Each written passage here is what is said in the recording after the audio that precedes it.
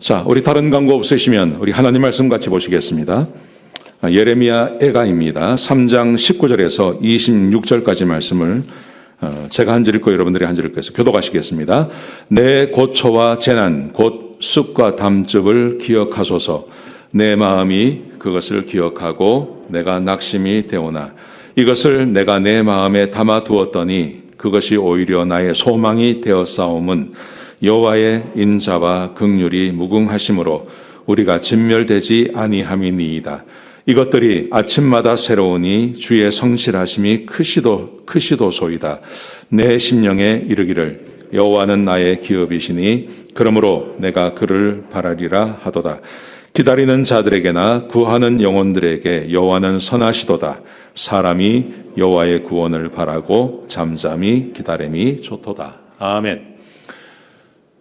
사람의 인생은 고난이 늘 있기 마련입니다. 여러 가지 모양으로 우리의 삶에 고난이 찾아옵니다. 그런데 고난이 찾아올 때 그 고난을 이겨내야 되죠. 그 고난을 극복해 나가야 됩니다. 어떤 분들은 고난을 극복하는 사람이 있고 어떤 분들은 고난을 극복하지 못하고 그 고난에 매몰되어져서 인생을 아주 허비하는 분들이 계십니다. 여러분, 고난을 극복하기 위해서는요, 첫 번째 해야 될 일이 그 고난을 해석해내는 것이 굉장히 중요합니다. 고난을 어떻게 이길 것인가? 그 고난을 이기기 위해서는 이 고난이 어디서 왔고 도대체 내가 왜 고난을 당하는지 그 이유를 아는 것이 매우 중요합니다. 여러분, 그런데 제가 요즘 우리 기독교, 우리 미국도 마찬가지고 한국도 마찬가지고 기독교를 쭉 바라보면서 제가 한 가지 아쉬운 것이 있습니다. 그것은 뭐냐면 교회에서 고난을 이야기할 때 항상 이야기하는 것이 있습니다. 이런 것입니다. 그리스도인이기 때문에 우리가 고난을 당한다. 이렇게 말을 참 많이 합니다. 그리스도인이기 때문에 고난을 당한다. 그러면서 욥의 예를 듭니다. 욥의 고난을 봐라. 욥이 특별한 것이 잘못한 것이 없는데 그런데 고난을 당하지 않느냐. 그러니 우리 그리스도인들은 그리스도인이기 때문에 당하는 고난이 참 많다. 이렇게 말씀을 많이 하십니다. 제가 그래서요, 고난에 대한 책들을 쭉 봤어요. 그리고 고난에 대한 예화 이런 것을 쭉 봤습니다. 보니까 진짜 그래요. 진짜 고난은 우리가 이유 없이 당하는 것인데 그리스도인이 때문에 당하는 것인데 그래서 그 고난을 이겨내야 된다. 이런 말들을 정말 많이 합니다.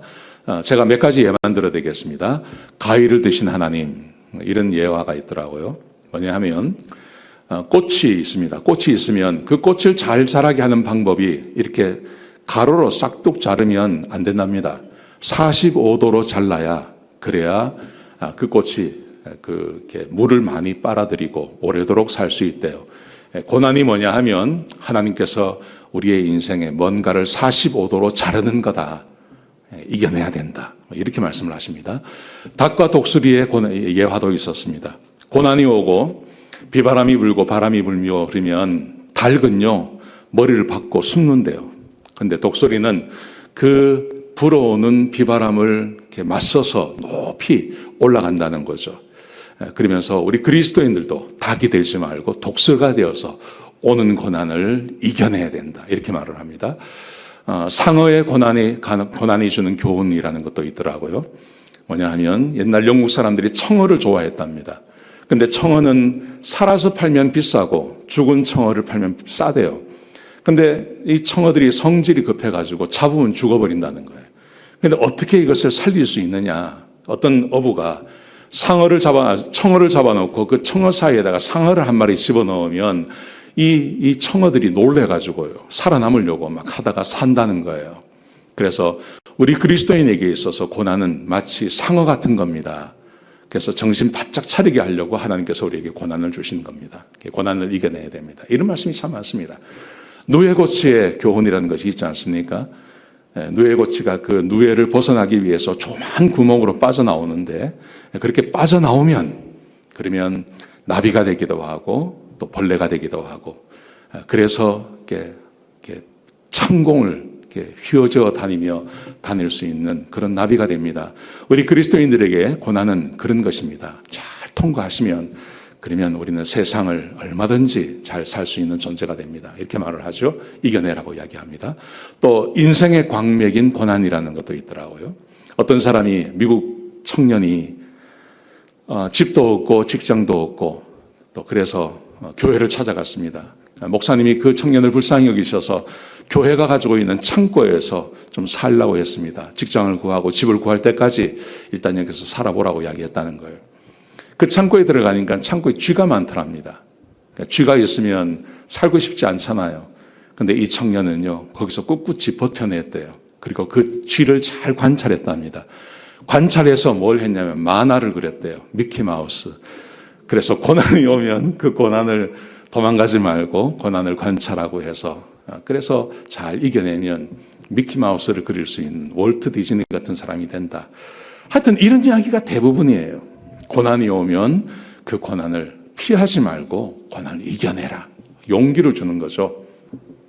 자, 그런데 이것은 이제 현대 교회 그리스도인들에게 우리 목사님들이 힘을 주기 위해서 이런 말을 하는 거예요. 여러분, 그런데 성경에서 말하는 고난이 있습니다. 성경은 고난에 대해서 뭐라고 이야기할까요?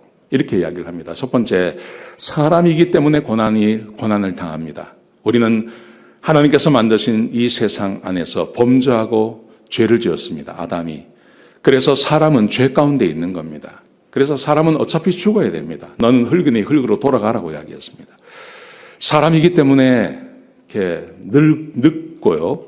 또 늙게 되면 병이 찾아오게 되고 그러면 약해지고 연약해지고 사람이기 때문에 잘못된 결정을 할 수 있습니다. 그래서 재난을 당하기도 하고 그렇죠. 성경은 여기에 대해서 부정하지 않습니다. 사람이기 때문에 고난을 당하는 겁니다. 두 번째로 이 세상이 부패했기 때문에 내가 아무리 조심하고 내가 아무리 잘 산다 하더라도 이 세상 안에 사는 이상은 어쩔 수 없어서 이 세상이 당하는 고난을 나도 함께 당할 수밖에 없다 하는 것입니다. 우리는 그런 것을 얼마든지 볼 수 있습니다. 정치가 타락하면 그 백성이 아무리 잘 살고 싶어도 이 정치에 의해서 사람들의 영향을 받고 사람들은 고난을 받을 수밖에 없는 것이죠. 부패한 세상에 살기 때문에 우리가 고난을 받는 겁니다. 세 번째로 그리스도인이기 때문에 당하는 고난이 있습니다. 실제로 그렇습니다. 하나님의 말씀대로 살려면 이 세상과 하나님의 말씀은 괴리가 있습니다. 서로 부딪힙니다. 그래서 하나님의 백성으로 살려고 하면 반드시 이 세상으로부터 고난과 그리고 마귀가 주는 고난을 사람은 당하게 되어 있는 것입니다. 자, 그리고 한 가지가 있습니다. 뭐냐면 죄로 인한 징계입니다. 이것을 잘 이야기하지 않습니다. 실제로 교회 안에 고난받는 사람이 참 많이 있는데 죄로 인해서 징계받습니다. 이렇게 말을 하면 상처받습니다. 그래서 이 말을 하지 않는 겁니다. 여러분, 그런데 성경을 읽어보시면 성경 안에 가장 많은 부분을 고난에 대한 이야기를 할 때 그 고난은 대부분 앞에 나오는 세 가지가 아니라 죄로 인한 징계라고 이야기합니다. 성경의 가장 많은 부분이 바로 이 부분입니다. 죄로 인해서 사람은 징계받고 고난당하고 어려움을 겪는 것입니다. 지난주에 그런 말씀을 드렸습니다. 주께서 인생으로 고생하게 하시며 근심하게 하시면 본심이 아니시로다.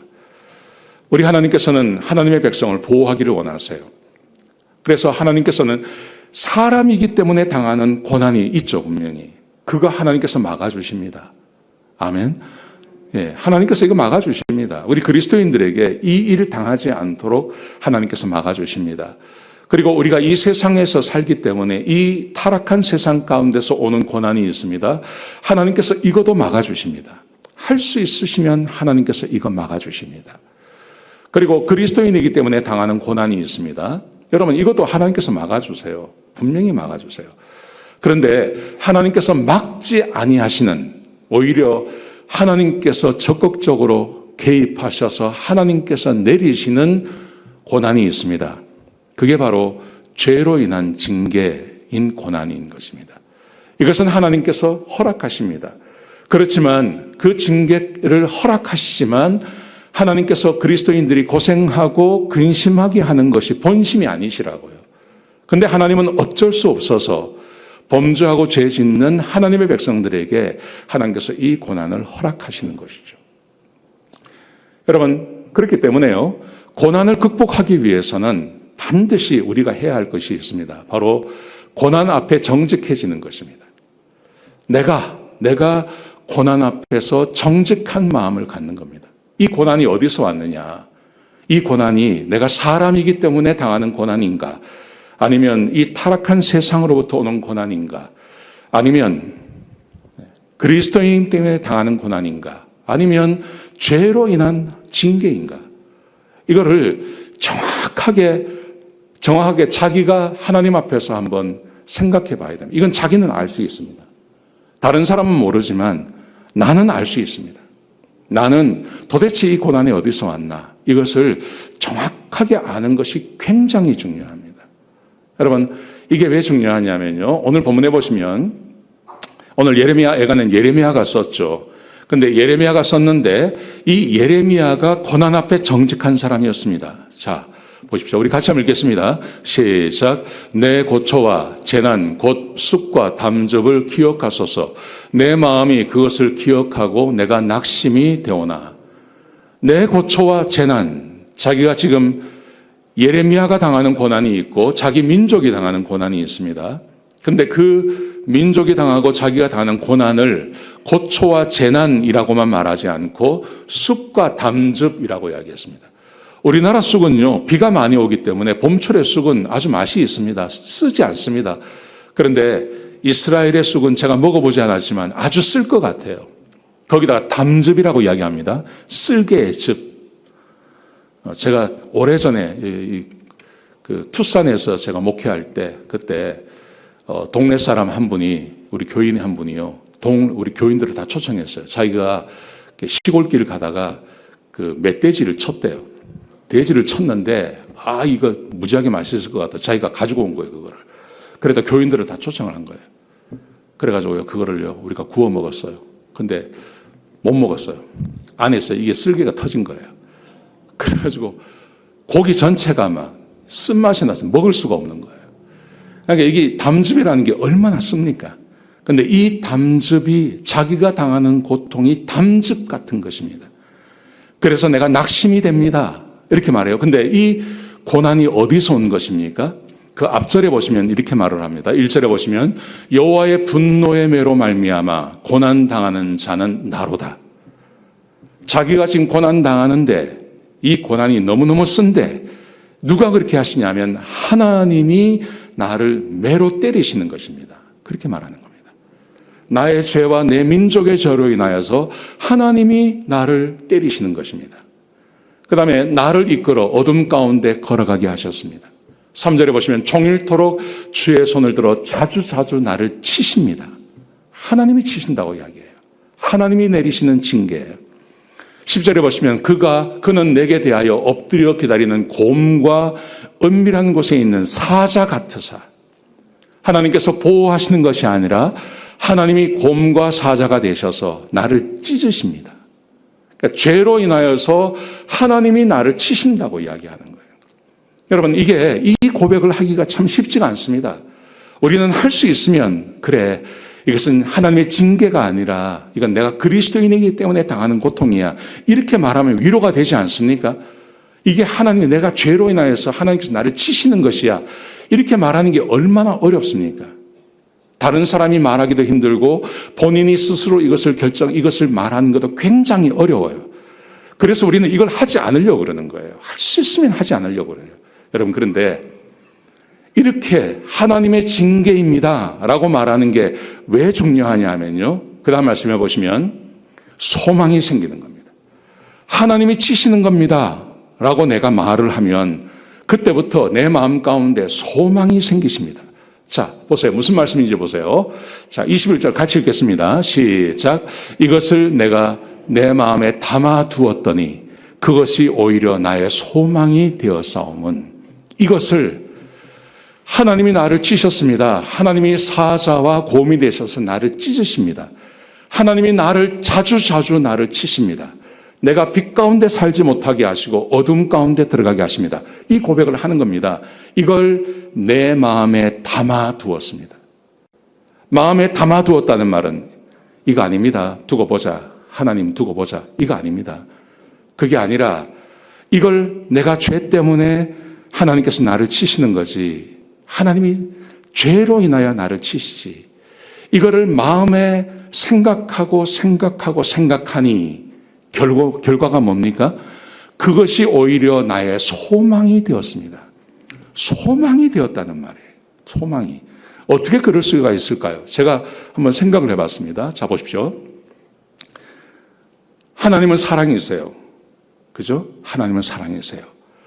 하나님은 나의 하나님이 되세요. 그죠? 그렇죠? 나는 하나님의 백성이에요. 나는 하나님 백성이에요. 그렇죠? 졸려요? 예. 예. 보세요. 나는 하나님 백성이에요. 하나님은 나를 축복하기를 원하세요. 그렇죠? 나는 현재, 근데 내가 지금 고난당해요. 하나님은 사랑이십니다. 존재 자체가 사랑이십니다. 하나님은 나의 하나님이 되십니다. 나는 하나님 백성입니다. 그리고 하나님은 나를 사랑하십니다. 축복하기를 원하십니다. 근데 내가 고난당해요. 이게 뭐죠? 왜 이런 일이 생기는 거죠? 생각해 본다는, 마음에 담아둔다는 말이 이 말입니다. 내가 무슨 문제가 있지? 내 삶에 무슨 문제가 있는 거지? 이걸 생각하는 겁니다. 그러면요, 사람은 자연스럽게 성경으로 가게 되어 있습니다. 하나님은 사랑이십니다. 하나님께서 나를 사랑하십니다. 나는 하나님의 백성입니다. 하나님이 내 하나님이 되십니다. 하나님은 나를 축복하기를 원하십니다. 근데 현재 내가 고난을 당하고 있습니다. 왜 이런 일이 생기지? 도대체 왜 이런 문제가 생겼지? 도대체 내 삶의 문제가 뭐지? 하고 성경으로 돌아가는 겁니다. 여러분, 내가 하나님으로부터 고난을 받습니다 라고 하면요, 이게 딱 정해져요. 그리고 성경을 봐가는 거예요. 근데 만약에 보십시오. 그게 아니라 나는 지금 문제가 없어. 그런데 내가 이 세상에 살기 때문에 그래. 그러면요, 답이 없습니다. 거기는 답이 없습니다. 하나님 왜 이러시나 이렇게 되는 거죠. 나 지켜준다며. 그러니까 원망이 나오는 거예요. 근데 내 징계 앞에, 내가 지금 당하는 고난 앞에서 내가 정직하게 내 마음을 드러내고 하나님 앞에 내 마음을 다하면 결론이 이렇게 나는 거예요. 하나님은 사랑이신데 내 삶에 문제가 있나? 그러면 내가 어떻게 살아야 되지? 그리고 성경으로 가게 되는 거죠. 오늘 본문에 보시면 이렇게 고난 앞에 정직하게 내 고난을 받아들이고 그렇게 하나님 앞에 나아가는 사람에게 하나님께서 반드시 3가지를 허락해 주십니다. 그리고 이 3가지가 그 고난을 극복하고 이기도록 도와주는 거예요. 그 3가지가 뭘까요? 이런 것입니다. 첫 번째, 하나님은 인자하신 분이십니다. 이걸 알게 하십니다. 하나님의 인자하심을 알게 하십니다. 두 번째, 하나님의 인자하심을 아침마다 경험하게 해주십니다. 세 번째, 하나님이 나의 기업, 하나님이 내 편이심을 알게 해주십니다. 그리고 그 고난을 극복하게 해주십니다. 이 3가지를 같이 한번 보시죠. 자, 첫 번째, 하나님은 인자하시다는 것을 알게 해주십니다. 자, 22절 같이 읽겠습니다. 시작. 여호와의 인자와 긍휼이 무궁하심으로 우리가 진멸되지 아니함이니이다. 하나님의 징계를 받았습니다. 그래서 하나님의 징계 아래 있다 이걸 내가 알아요. 그리고 성경을 피면 성경 가운데 징계하시는 하나님이 보이는 게 아니라 하나님의 인자하심과 하나님의 긍휼하심이 얼마나 많은지를 알게 되는 거예요. 자, 보십시오. 에스라 9장 18절에 보시면 이렇게 되어 있습니다. 우리의 악한 행실과 큰 죄로 말미암아 이 모든 일을 당하였사오나 우리 하나님이 우리 죄악보다 형벌을 가볍게 하시고 이만큼 백성을 남겨주셨사오니 우리 하나님이 우리 죄악보다 형벌을 가볍게 하셨습니다. 여러분, 우리가 죄를 지을 때마다 우리 하나님께서 나를 징계하신다고 생각해 보십시오. 우리 안에 멀쩡한 게 있겠습니까? 없습니다. 다 잘렸을 거예요. 내가 죄를 지을 때마다 하나님께서 찾아오셔서 나를 징계하시고 치신다고 생각해 보십시오. 멀쩡한 거 하나도 없을 겁니다. 이렇게 멀쩡해 보이지만요, 완전히 작살이 났을 것입니다. 저만 그런가요? 아닐걸요. 다 그럴걸요. 근데 하나님은 어떤 분이냐 하면 우리가 죄를 짓고 범죄하는 것보다 훨씬 가볍게 형벌을 내리세요. 하나님께서는 참고 인내하시다가 하나님께서 나를 치시는 거예요. 아멘. 네, 하나님께서 내가 하나님의 징계 가운데 있습니다 하고 정직하게 주님 앞에 나가는 사람에게 하나님께서 이거 보여주십니다. 하나님이 얼마나 인내하시며 인자가 많은 분인지를 우리에게 보여주시는 거예요. 시편 86편에 보시면 이런 말씀이 있습니다. 그러나 주여, 주는 긍휼히 여기시며 은혜를 베푸시며 노하기를 더디하시며 인자와 진실이 풍성하신 하나님이시로다. 성경에 하나님은 은혜가 많으시고 노하기를 더디하시고 인자와 진실이 많다는 것이 창세기부터 요한계시록까지 얼마나 많은지 몰라요. 얼마나 많은지 몰라요. 여러분, 하나님께서 나를 치셨습니다. 그래서 온갖 하나님은 흉포하시고 분노하시는 하나님으로 성경이 꽉 차 있는 것 같죠? 아닙니다. 성경 읽어보십시오. 하나님께서 자기 백성에 대해서 얼마나 참으시고 하나님의 인자가 많으신 분인지 그 성경 가운데 기록되어져 있는 것입니다. 성경에 이런 예가 있습니다. 아하스라고 하는 왕이 있었어요. 이 사람이 남유다의 12번째 왕입니다. 역대하 28장에 보시면 이 사람이 얼마나 악독한 사람이냐 하면 이 사람이 하나님을 버리고 몰렉이라고 하는 신을 섬겼습니다. 우상을 섬겼습니다. 근데 그 몰렉에게 드리는 제사가 있는데 이 제사가 어떤 거냐면 인신공양하는 거예요. 자기 아들, 딸을 불 가운데 던지는 겁니다. 그게 제사예요. 이 아하스라고 하는 왕이 몰렉을 섬기면서 자기 아들, 딸을요, 그 인신공양으로 들여버리는 겁니다. 이스라엘의 왕이에요. 기가 막히죠. 이것을 시편에서 이렇게 표현했습니다. 시편 106편에 보시면 그들이 그들의 자녀를 악귀들에게 희생제물로 바쳤도다. 무죄한 피, 곧 그들의 자녀의 피를 흘려 가나안의 우상들에게 제사함으로 그 땅의 피로 더러워졌도다. 왕이 그러고 있으니 신하들과 백성들은 어떠하겠습니까? 똑같이 하는 겁니다. 여러분, 이스라엘이 이런 죄를 짓습니다. 하나님께서 분노하셨습니다. 하나님께서 분노하셔서 자기 백성을 맹렬히 노하셔서 그들을 팔아버리셨습니다. 그런데 성경이 이렇게 말합니다. 44절에 보시면요. 그러나 여호와께서 그들의 부르짖음을 들으실 때에 그들의 고통을 돌보시며 백성이 노예로 잡혀가서 자기들이 힘들고 어려우니까 그제서야 하나님의 이름을 불렀습니다. 그랬더니 이쯤 되면요. 이스라엘 백성들을 그냥 끝내는 게 맞지 않습니까? 어떻게 사람이 그렇게 악할 수가 있습니까? 자기 아들을 우상에게 드릴 정도로 하나님과 멀어진 겁니다. 이 정도 되면 그냥 끝내야 되죠. 그런데 이스라엘 백성들이 다시 잘못했다고 이야기하니까 보십시오. 그들의 고통을 돌보시며 그들을 위하여 그들의 언약을 기억하시고 그 크신 인자하심을 따라 뜻을 돌이키사 하나님께서 포로된 곳에서 다시 돌아오도록 하나님께서 은혜를 베풀어 주시는 거예요. 여러분, 내가 하나님 앞에 징계받습니다 라고 정직하게 주님 앞에 나와서 말하는 사람에게 하나님께서 이 눈을 열어주시는 겁니다. 하나님께 기도하면 하나님께서 다시 회복시켜 주시겠구나. 하나님께서 이 눈을 열어주시는 거예요. 여러분, 그렇기 때문에 우리는 내가 당하는 고난 앞에서 정직할 필요가 있는 겁니다. 정직하셔야 됩니다. 이 징계가 어디서 왔는지 정확하게 말해야 됩니다. 그리고 하나님 앞에 나가면 하나님께서 우리 눈을 열어주셔서 하나님이 어떤 분인지를 가르쳐 주시는 거예요. 아멘. 자, 두 번째 보세요. 두 번째는 아침마다 그 인자하심을 경험하게 하시는 겁니다.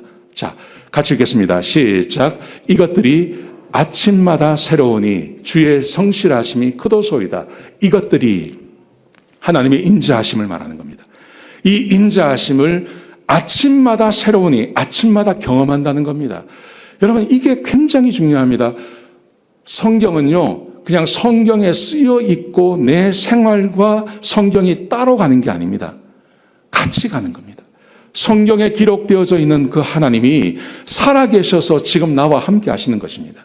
이게 우리는 믿음이라고 이야기하고죠. 이걸 하나님을 믿는다고 말하는 거예요.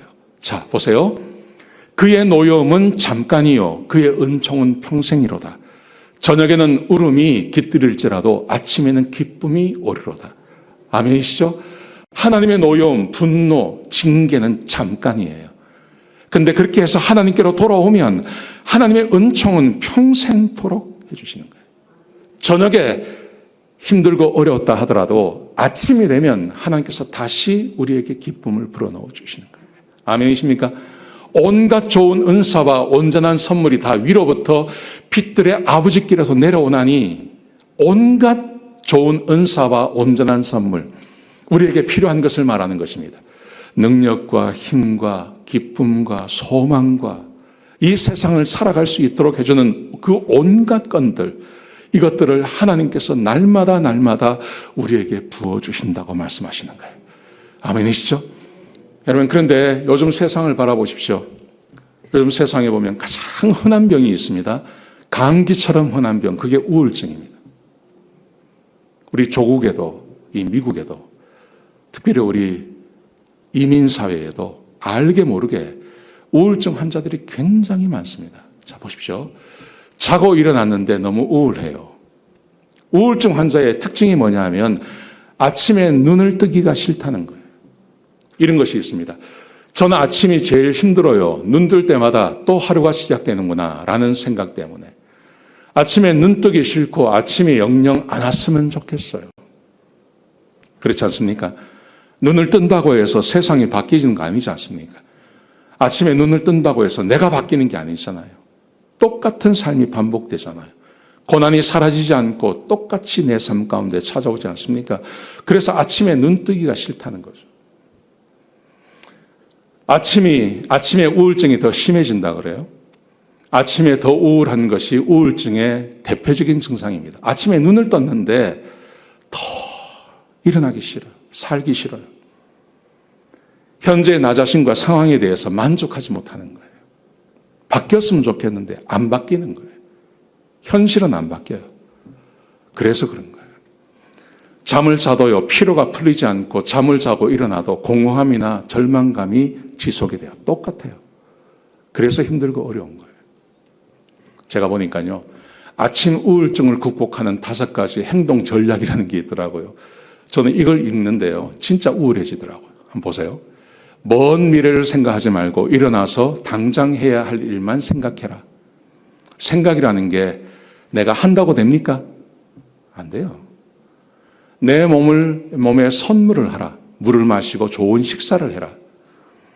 우울증 환자가 물이 먹힙니까? 안 먹힙니다. 재미있는 활동을 전날 준비해 놓으라. 재미있는 활동을 전날 준비하는 사람은 우울증 환자가 아닙니다. 저녁에도 우울한데 뭘 내일 재밌는 걸 준비를 해. 말도 안 되는 소리죠. 아침에 해야 할 일을 최소화해라. 화장 같은 거 하지 마라. 화장하는 얼굴 보면 더 우울한데요. 안 되는 거예요. 안 되는 거예요. 미리 써놓은 긍정 확언을 되새기라. 저녁에 써놓는다는 거예요. 너는 할 수 있어. 너는 우울하지 않아. 세상이 너를 환영할 거야. 그거 써놓으라는 거예요. 이런 말 자체를 쓸 수가 없어요. 그거 읽는다고 세상이 바뀝니까? 안 바뀝니다. 여러분, 현실이 힘들고 어렵고 내 고난이 하나님께로부터 왔어요. 얼마나 힘들어요. 근데 우리 하나님은 어떤 분이냐 하면, 하나님, 내가 성경 읽고 발견되어진 그 하나님이 아침마다 나에게 찾아오셔서 그 하나님을 만날 수 있다고 이야기하는 거예요. 성경에 보시면 우울증 환자가 있습니다. 자, 보세요. 시편 143편은 다윗이 쓴 겁니다. 다윗의 그 우울한 마음을 이렇게 말을 합니다. 원수가 내 영혼을 핍박하며 새 생명을 땅에 엎어서 나로 죽은 지 오랜 자같이 나를 암흑 속에 두었나이다. 사울이, 그리고 그 사울의 부하들이 얼마나 자기를 핍박합니까? 그 결과 보십시오. 나를 암흑 속에 두었습니다. 캄캄한 어둠 가운데 자기를 두었습니다. 4절 보십시오. 그러므로 내 심령이 속에서 상하며 마음이 상해. 내 마음이 내 속에서 참담하니이다. 우울증을 말하는 거예요. 아침에 눈 뜨기 싫어. 눈 뜬다고 세상이 변합니까? 그 사울은 더 기세등등한데요. 아침마다 얼마나 힘들고 어렵겠어요, 이 사람이. 근데 이 사람이 이 우울증을 어떻게 이기는지 이렇게 기록되어 있습니다. 보십시오. 5절에 보시면 내가 옛날을 기억하고 주의 모든 행하신 일을 읊조리며 주의 손이 행하시는 일을 생각하고. 이 사람이 저녁에 생각하는 게 있는 거예요. 현실은 너무 힘들어요. 그런데 옛날을 기억했습니다. 주의 손이 행하시는 것을 내가 기억합니다. 뭡니까 그게? 자기가 아버지의 양을 칠 때 자기가 하나님께서 힘주셔서 사자를 쫓고 곰을 쫓았던 그 생각, 하나님께서 자기에게 기름 부어주셨는데 골리앗을 이겼던 그 기억, 하나님께서 함께 하셔서 전쟁에 나가서 전쟁에서 승리했던 그 기억, 자기가 전쟁에서 돌아올 때 여인들이 나와서 사울이 죽은 자는 천천히고 다윗이 죽인 자는 만만이라고 했던 그 기억들, 하나님과 함께 했던 그 기억들, 하나님께서 승리하게 해주시고 하나님께서 도와주시고 하나님께서 축복하셨던 그 기억들을 생각한다는 거예요. 하나님이 나를 그렇게 도와주셨습니다. 주의 손을 향하여 손을 펴며 주를 향하여 손을 펴며 내 영혼이 마른 땅같이 주를 사모하나이다. 뭐라고 말할까요? 하나님 나를 좀 도와주세요. 내가 지금 너무 힘들고 어렵습니다. 하나님 나를 좀 도와주시고 그때 함께 하셨던 그 하나님께서 나와 지금도 함께 하셨으면 좋겠습니다. 이렇게 다윗이 하나님 앞에 말한다는 거예요. 종이에다 뭘 쓰는 걸 말하는 게 아니에요. 전신 승리를 말하는 게 아니에요. 자기의 경험과 살아계신 하나님께 간구하는 거예요. 여러분 그랬더니 무슨 일이 벌어질까요? 그 유명한 말이 여기서 나옵니다. 8절 아침에 나로 하여금 주의 인자한 말씀을 듣게 하소서. 그렇게 저녁에 하나님께서 나에게 부어주셨던 그 은혜를 생각하고 그리고 잠이 들었어요. 아침에 눈을 딱 뜨니 뭐가 온다고요? 주의 인자한 말씀을 듣게 하소서. 그 하나님께서 자기와 함께 하셨던 그 하나님께서 찾아오셔서 말씀하시는 거죠. 다윗아 너 안 죽는다. 다윗아 내가 너와 함께 할 거다. 내가 너를 축복할 거다. 힘내라. 아침에 나로 하여금 주의 인자한 말씀을 듣게 하소서. 내가 주를 의뢰함이니이다. 내가 다닐 길을 알게 하소서. 다윗아 오늘은 좀 더 자라. 너 오늘은 이거 먹어라. 너 오늘 너에게 사람이 찾아올 거다. 그와 함께 해라. 여러분 하나님은 살아계십니다. 하나님은 멀리 계신 분이 아니십니다. 하나님은 2000년 전이나 4000년 전이나 지금이나 동일하십니다. 그 하나님께서 찾아오셔서 우리 가운데 역사하시는 거죠. 여러분 지금 저는 하나님 앞에서 고난받고 힘들고 어려운 삶을 살고 계십니다. 성경 가운데서 발견되어지신 하나님, 그 하나님이 나를 도우십니다. 어떻게 해요? 내가 하나님의 은혜 가운데 있을 때가 있었잖아요. 내가 하나님의 은혜 가운데 하나님의 말씀에 순종하고 주께서 나를 축복하시던 그 때가 있지 않았습니까? 그렇지 않습니까? 그것을 기억하는 거예요. 그리고 하나님 다시 한번 은혜를 내려주십시오 하면 하나님께서 아침에 눈을 뜰 때 내가 지금 우울증에 빠졌으니까 우울할 거야 하고 눈을 떴더니 웬걸 하나님께서 내 마음 가운데 새로운 마음 부어주실 수 있습니다. 이거 아십니까? 이거 잘 몰라요, 사람들이요. 내가 하나님의 말씀을 묵상하고 주의 말씀을 기억하고 그렇게 하나님의 은혜를 받았던 것을 기억하고 잠이 들고 아침에 눈을 뜨면요. 하나님께서 새로운 마음 부어주신다니까요.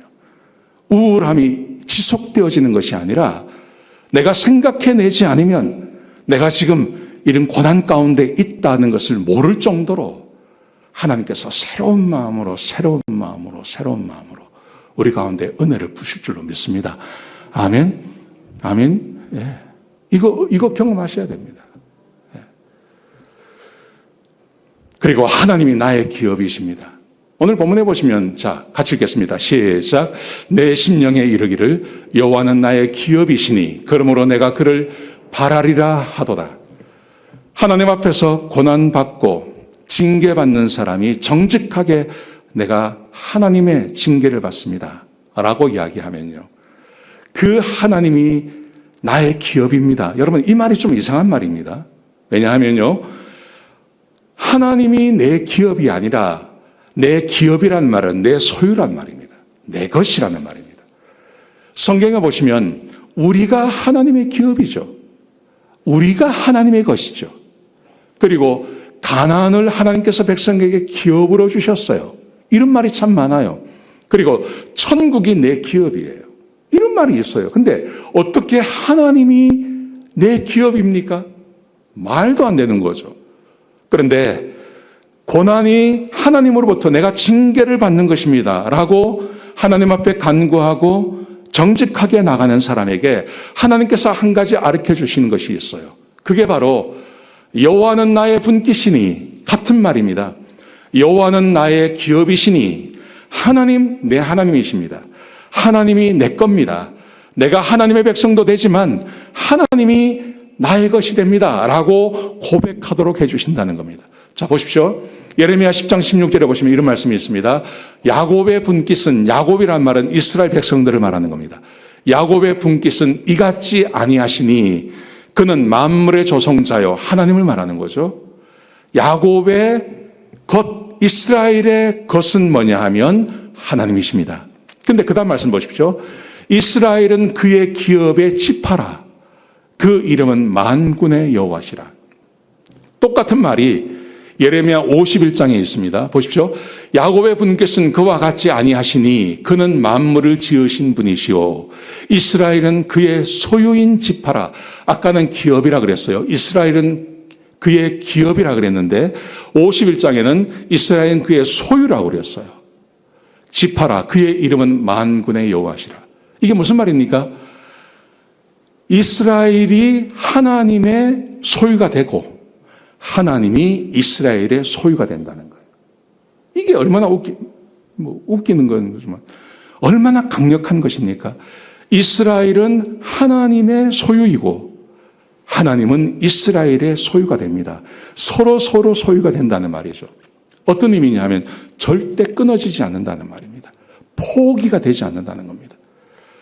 하나님이 내가 하나님의 백성입니다. 이것을 아는 것도 굉장합니다. 근데 이것보다 더 좋은 게 뭐냐 하면 하나님이 내 것입니다. 하나님이 나와 함께 계십니다.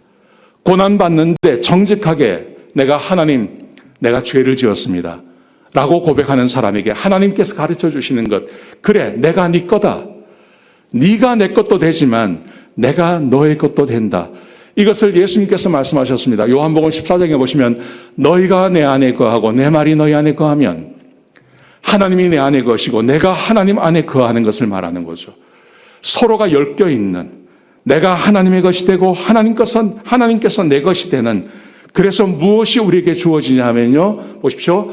너희는 그를 죽은 자 가운데서 살리시고 영광을 주신 하나님을 그리스도로 말미암아 믿는 자니 너희 믿음과 소망이 하나님께 있게 하셨느니라. 하나님이 내 것이 되고 내가 하나님의 것이 되는 그 믿음이 있는 자에게는 소망도 함께 있게 된다는 것입니다. 하나님이 내 것이 되기 때문에, 내가 하나님의 것이 되기 때문에 그런 사람에게는 소망이 생겨나는 겁니다. 소망. 고난 가운데 있는 사람들의 가장 두려운 것이 소망이 사라져버리는 겁니다. 내가 이대로 끝났나? 나 더 이상 살 수 없나? 나 이제 이렇게 죽는 건가? 소망이 없어져 버리는 거죠. 근데 내가 하나님의 백성이라는 것이 아니라 하나님이 내 것입니다. 하나님이 나와 함께 하십니다. 내 기도를 들으십니다. 나를 축복하십니다. 그러면요, 그 안에서 나도 모르는 소망이 생겨나는 것이죠. 아멘이시죠? 예. 그래서 보십시오. 기다리는 자들에게나 구하는 영혼들에게 여호와는 선하시도다. 하나님을 바라고 하나님을 간절히 찾는 사람들에게 하나님은 선하십니다. 그래서 사람이 여호와의 구원을 바라고 잠잠히 기다림이 좋도다. 하나님이 내 것이 되고 내가 하나님의 것이 됩니다. 그러면 하나님의 구원을 기다릴 수 있는 거죠. 주께서 우리의 삶을 새롭게 하시고 우리를 더하여 주실 것입니다. 아멘. 여러분, 우리 인생에 있어서 정말 중요한 것, 고난 받을 때 그 고난 앞에서 정직하라는 것입니다. 정직하게 주님 앞에 나가면 하나님의 은혜가 얼마나 큰지를 우리에게 가르쳐 주십니다. 아침마다 그 하나님의 은혜를 나라에게 부어주셔서 경험케 하십니다. 거기다가 하나님이 내 것이 되는 것을 알게 해주십니다. 그래서 우리는 그 고난을 이겨내고 하나님의 은혜 가운데 머물러 있게 되는 것입니다. 이런 은혜가 여러분에게 있기를 주의 이름으로 축복합니다. 기도하시겠습니다. 아버지 하나님, 우리에게 은혜 주셔서 감사합니다. 하나님, 고난받을 때 정직한 사람이 되게 하여 주옵소서. 다른 곳에 핑계대지 않게 하시고 하나님 앞에 범죄해서 죄지어서 내가 고난당한다고 고백하게 하여 주옵소서. 주님 감사합니다. 예수님의 귀하신 이름으로 기도드렸습니다. 아멘.